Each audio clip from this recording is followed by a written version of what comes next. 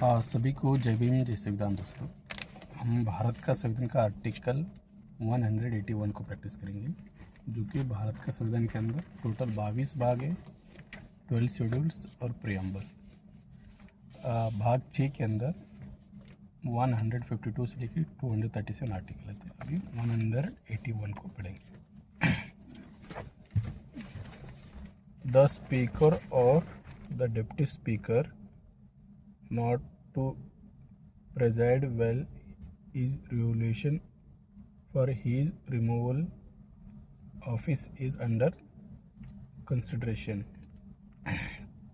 Yet any sitting of the legislative assembly, while any resolution for the removal of the speaker for his office he is under consideration, the speaker or while any resolution for the removal of the deputy speaker for his office is under consideration, the deputy speaker shall not through his preside,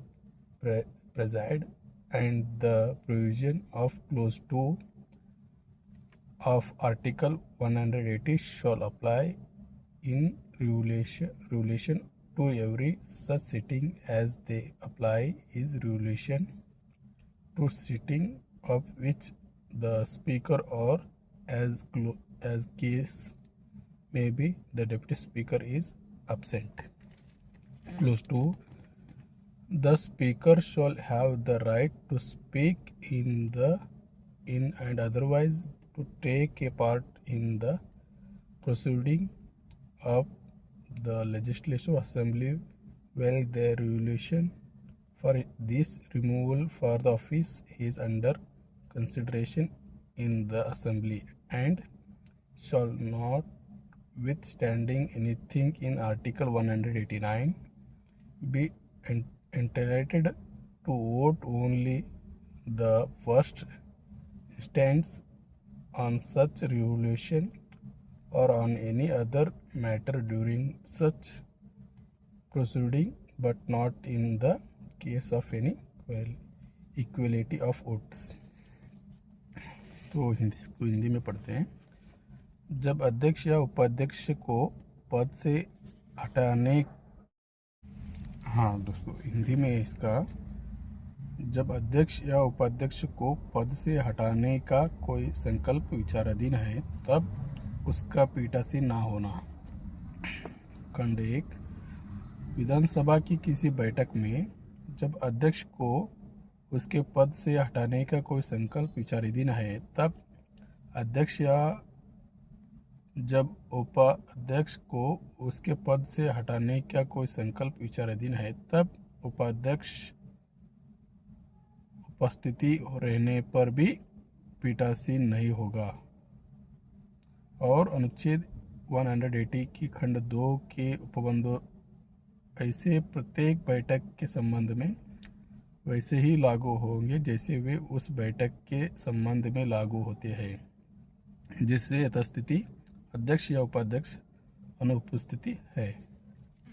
यह है खंड 2, जब अध्यक्ष को उसके पद से हटाने का कोई संकल्प विधानसभा में विचाराधीन है, तब उसको विधानसभा में बोलने और उसकी कार्रवाइयों का अन्यथा भाग लेने का अधिकार होगा, और वो अनुच्छेद 189 में किसी बात के होते हुए भी ऐसे संकल्प पर या ऐसी कार्रवाइयों के दौरान किसी अन्य विषयों पर प्रथमत ही मत देने का हकदार होगा, किंतु मत बराबर होने की दशा में मत देने का हकदार नहीं होगा।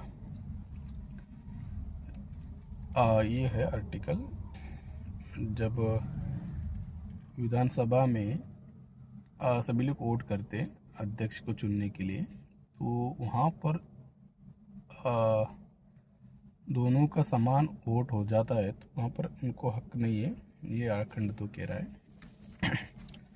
तो article 182, the chairman and deputy chairman of the legislative council.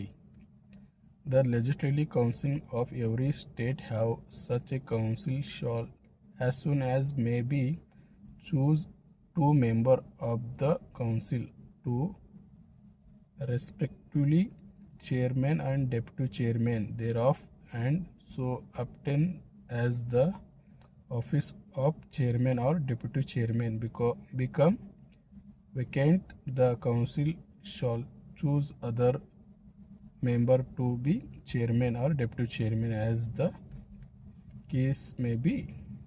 यानी कि विधान परिषद का सभापति और उपसभापति, विधान परिषद वाले प्रत्येक राज्य की विधान परिषद यथाशीघ्र अपने 2 स्थानों को अपने सभापति और उपसभापति चुनेगी।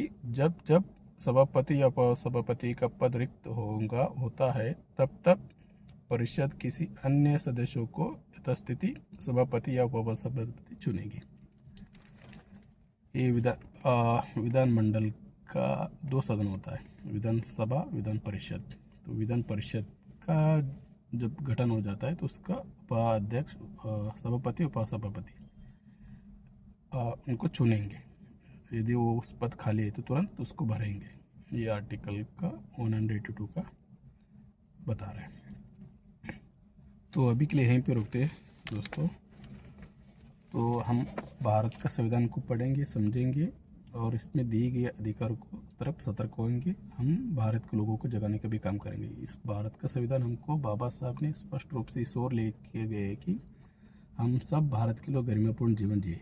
तो इसके रास्ता है भारत का संविधान में दिए गए राइट्स, और उसको ग्राउंड पर लाना है। तो अभी हमको राष्ट्र ऐसा निर्माण करना है जो संविधान कहता है। संविधान क्या कहता है? नेशनलाइजेशन, सभी संशोधनों का राष्ट्रीयकरण, है ना। उद्योग धंधे, स्कूल, कॉलेज, भूमि, हॉस्पिटल, इन सभी को क्या करना है? नेशनल। सरकार ही कुछ चलाएगा, सरकार ही उसको काम करेगा, ना कि इंडिविजुअल व्यक्ति को देगा। तो यही इंटेंशन है हमको। इसको हासिल करने के लिए हमको निष्पक्ष पारदर्शी चुनाव, तो ये आर्टिकल 326 में भी है राइट्स हमको। तो हमारा वोट सही जगह खातिर वो है। हमको मशीन में डाला हुआ वोट हमको अभी तक अश्योरिटी नहीं दे पा रहा है, तो उसके साथ बैलेट पेपर भी जोड़, उसके साथ वोटर वेरिफिकेशन मशीन भी है, तो खाली वो पर्ची भी गिना नहीं जाता है। पर्ची तो है, खातिर हो जाता है, तो उसको काउंट नहीं किया जा रहा है पूरा 100%। इस कारण से हमको किसी न किसी धोखे में रख रहा है भारत सरकार या राज्य सरकार। तो हमको हमारा राइट को प्राप्त करने के लिए भी हमको किसका ओर जाना है? हमको बैलेट बॉक्स की ओर ही जाना है। वहाँ पर ही हमको निष्पक्ष पारदर्शी चुनाव होता है। एक बार वोट उसमें पड़ गए तो उसके अंदर परिवर्तित नहीं किया जा सकता है, क्योंकि वो डब्बा रहता है। डब्बा में अंदर कोई ऐसा यंत्र नहीं घुस सकता है, क्योंकि वो डब्बा सील हो जाता है, पैक हो जाता है। तो इसी के लिए हमको वो भी ध्यान में रखना है। तो ऐसे कई सारा ऐसे मुद्दा है जो सरकार उसके ओर अपना इंटेंशन को प्राप्त नहीं कर रहे। पता नहीं किस ओर जा रहा है भारत सरकार। संविधान का तो शपथ लेता है, सभी मंत्रिमंडल लोग शपथ लेते हैं, हम सत्यनिष्ठा से प्रतिज्ञा करते हैं कि हम संविधान का पालन करेंगे। बट इंडिविजुअल व्यक्ति को, भारत का नागरिक है तो भी वो इंडिविजुअल व्यक्ति को सभी संसाधनों को उनके हाथ में संचालन करने दे रहे हैं। भाई, आप भारत के लोग आप पर विश्वास करके हमारा प्रतिनिधित्व चुन के वहाँ पर भेज रहे हैं, क्योंकि आप पे भरोसा है। आप उसको संचालित करिए, जो भी उसमें लग रहा है, जो भी रिटर्न्स आ रहा है, तो हम भारत के लोगों के ऊपर ही आ रहा है। अभी जो कर्ज आप ले रहे हो, जो कर्ज लेता है भारत सरकार या राज्य सरकार, तो उसका भार सरकार जनता पे डालती है ना, तो वापस जनता का टैक्स से ही वो उसको वापस फुलफिल किया जाता है। हम वित्तीय विवरण वर्ष में हम पढ़ रहे हैं, वहाँ पर भी है लेखा जोखा। तो यहीं पे हम रुकते हैं। हमको नेशनलाइजेशन की ओर आगे बढ़ना है, तो संविधान के इंटेंशन को प्राप्त करना है। जो बाबा साहब ने हमको रास्ता दिखाया है, उस मार्ग पर ही हमको चल के हम इसको हासिल कर सकते हैं। तो वो पूरा का पूरा संविधान में, स्टेट एंड माइनॉरिटी में भी पढ़ते हैं तो वो भी आर्टिकल 37, 38, 39, 41 इसके अंदर दिया गया राज्य के नीति निर्दिष्ट तत्व में, उसी ओर ले जाता है। तो यही है सभी का। हम क्या चाहते हैं, वी द पीपल क्या चाहते हैं? गरिमापूर्ण जीवन। जो राष्ट्रपति का भोजन है वो आम नागरिक का भोजन हो, जो राष्ट्रपति का निवास है वो आम नागरिक का भी निवास हो ना। इसी को प्राप्त करना है, इसी इक्वलिटी को प्राप्त करना है, सभी को अपॉर्चुनिटी सुनिश्चित होना है। तो यही कहता है प्रियम्बल। तो थैंक यू, आपने मुझे सुना। सभी को जय भीम, जय संविधान, जय भारत, जय प्रबुद्ध भारत, साधुवाद। थैंक यू, आपने मुझे सुना।